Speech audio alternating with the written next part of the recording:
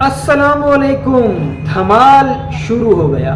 عمران احمد خان نیازی صاحب ہماری جان عمران احمد خان نیازی صاحب نے 1 سال چند مہینے پہلے یہ بات کلیئر کر دی تھی۔ انہوں نے وارن کر دیا تھا، انہوں نے بتا دیا تھا کہ اگر مجھے حکومت سے بے دخل کیا گیا، اگر مجھے وزیر اعظم کی کرسی سے اتارا گیا تو آپ کی سوچ ہے کہ میں کتنا زیادہ خطرناک ہو جاؤں گا۔ انہوں نے کہا تھا کہ آفس میں تو میں اپنے آپ کو بندھا ہوا محسوس کرتا ہوں، اگر میں سڑکوں پر نکل آیا تو آپ کی سوچ ہے کہ میں کتنا زیادہ خطرناک ہو جاؤں گا۔ اور وہ ہو چکے ہیں، بالکل وہ ہو چکے ہیں۔ انہوں نے جو بات کہی تھی وہ اس پر پورا اتر چکے ہیں، اور مزید بھی شاید اس سے بھی آگے وہ بڑھ جائیں گے۔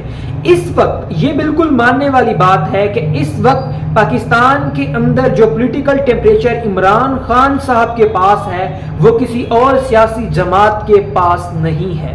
عمران احمد خان نیازی صاحب کے چاہنے والے یعنی ہم عمران احمد خان نیازی کے چاہنے والے اہل یوتھ نے 9 مئی کو 10 مئی کو جو کچھ کیا ہے، بالکل یہ وہی باتیں ہیں جو عمران احمد خان نیازی صاحب کر چکے ہیں کہ میں جب باہر آؤں گا تو کتنا زیادہ خطرناک ہو جاؤں گا، آپ کی سوچ ہے۔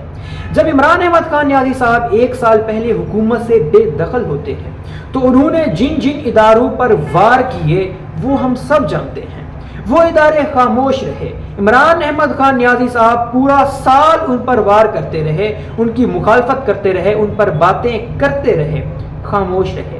کسی نے کوئی جواب نہیں دیا، یہاں تک کہ حکومت نے بھی کوئی بڑا ایکشن نہیں لیا۔ انہوں نے بھی اپنا ٹیمپریچر نیچے رکھا کہ کوئی بات نہیں، ان کا حق ہے، جمہوری حق رکھتے ہیں عمران احمد خان نیازی صاحب، تو ان کو کرنے دیں۔ خاموشی رہی، خاموشی رہی، خاموشی رہی۔ جب پہلی بار عمران احمد خان نیازی صاحب کو گرفتار کرنے آئی تھی پولیس زمان پارک میں، تب کیا ہوا تھا؟ 1 ہفتہ وہاں پر جو جھڑپیں ہوئی ہیں ہم جانتے ہیں۔ اس کے بعد عمران احمد خان نیازی صاحب کو قانونی یا غیر قانونی یہ الگ باتیں ہیں، ان کو جب گرفتار کر لیا گیا تو جو کچھ ہوا ہم جانتے ہیں۔ فوج پر حملے ہوئے ہیں، فوجی اداروں پر، کور کمانڈر ہاؤس جلا دیا گیا ہے، ریڈیو پاکستان جلا دیا گیا ہے، جناح ہاؤس جلا دیا گیا ہے۔ یہ کوئی عام باتیں نہیں ہیں، یہ سیدھے فوج پر حملے ہیں۔ فوج خاموش تھی۔ عمران احمد خان نیازی صاحب جو کچھ بھی 1 سال کرتے رہے، فوج نے کوئی جواب نہیں دیا، اداروں نے کوئی جواب نہیں دیا۔ لیکن جب فزیکلی آپ اگینسٹ آ رہے ہیں تو فوج پھر بولے گی۔ آپ کس کو بدنام کرنا چاہ رہے ہیں جس سے پاکستان کا نام ہے؟ پاکستان جس کے نام پر زندہ ہے، پاکستان جس کے نام پر آج دنیا میں ایگزسٹ کرتا ہے، آپ اگر اس ادارے پر حملے کریں گے تو پھر یہی کچھ ہوگا۔ ہوا کیا ہے؟ کل کور کمانڈر کی میٹنگ ہوئی ہے۔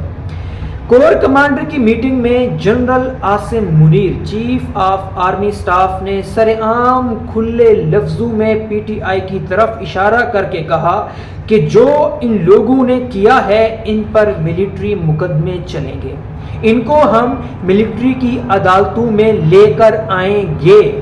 بالکل صحیح بات ہے، لے کر آنا چاہیے۔ دیکھیں آپ نے جو کچھ کیا، 1 سال خاموشی رہی، کسی نے کچھ نہیں کہا آپ کو، لیکن آپ جب ایسا کریں گے، انٹرنیشنل بین الاقوامی سطح پر آپ بدنامی کرائیں گے پاکستانی اداروں کی، اور دنیا کے بڑے اداروں میں ہے، دنیا کی بڑی فوجوں میں پاکستانی فوج ہے، جب آپ پاکستانی فوج پر ایسے حملے کریں گے تو پھر جواب تو آپ کو ملنا چاہیے، جواب تو آپ کو ملنا چاہیے۔ اب فوج میدان میں کود پڑی ہے۔ جنرل عاصم منیر صاحب نے سرعام کھلے لفظوں میں یہ باتیں کہی ہیں کہ اب ان کی خیر نہیں ہے۔ خیر اب دیکھتے ہیں آگے کیا ہوتا ہے، اللہ خیر ہی کرے، لیکن جو انہوں نے کیا ہے اس چیز کی سزا ملنی چاہیے، یہ تو ان کا حق بنتا ہے۔ اب آتے ہیں ذرا دوسری طرف، اتحادی حکومت، وہ بھی سرعام سپریم کورٹ کے سامنے آ چکی ہے۔ سپریم کورٹ کی مخالفت میں پی ڈی ایم جماعتیں بھی میدان میں اتر چکی ہیں۔ اب دیکھیے اس وقت اگر عمران احمد خان نیازی صاحب فوج کی مخالفت میں کھڑے ہیں تو دوسری طرف بھی پی ڈی ایم اتحادی جماعتیں کسی چھوٹے ادارے کے خلاف نہیں کھڑی، سپریم کورٹ کے خلاف کھڑی ہیں۔